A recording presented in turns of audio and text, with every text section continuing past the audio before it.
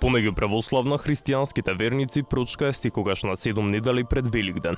Денеска граѓаните си простуваат меѓусебно. Па Бога ми си простивме. Да. За постари луѓе се простува нормално. Нормално, секогаш тоа го правиме обичајот и проштеваме. Денеска е таков ден што се продаваат јајца и се варат јајцата и се даваат по снаи, по зетови, по тие работи.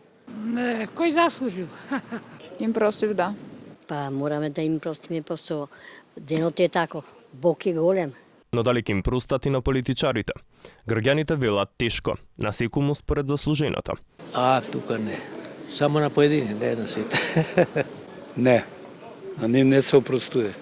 Направена е грешка невидена. Да, секако, сите сме луѓе, сите грешиме, на сите да им е просто така. Не. Зашто до кај не донесува? Добро, сите треба да се проштеме. И тие луѓе си, ама тоа е. Според традицијата на балканските народи, неделата пред пручка се нарекува бела или сирна недела, кога не се јаде месо, туку се јадат млечни производи или сукани пити. Пручка во семејството се одбележува со богат ручек кој завршува со амкање јајца.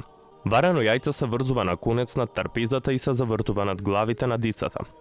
Детето што ќе успее да го гризне јајцето се прогласува за најсреќно во следната година и добива награда.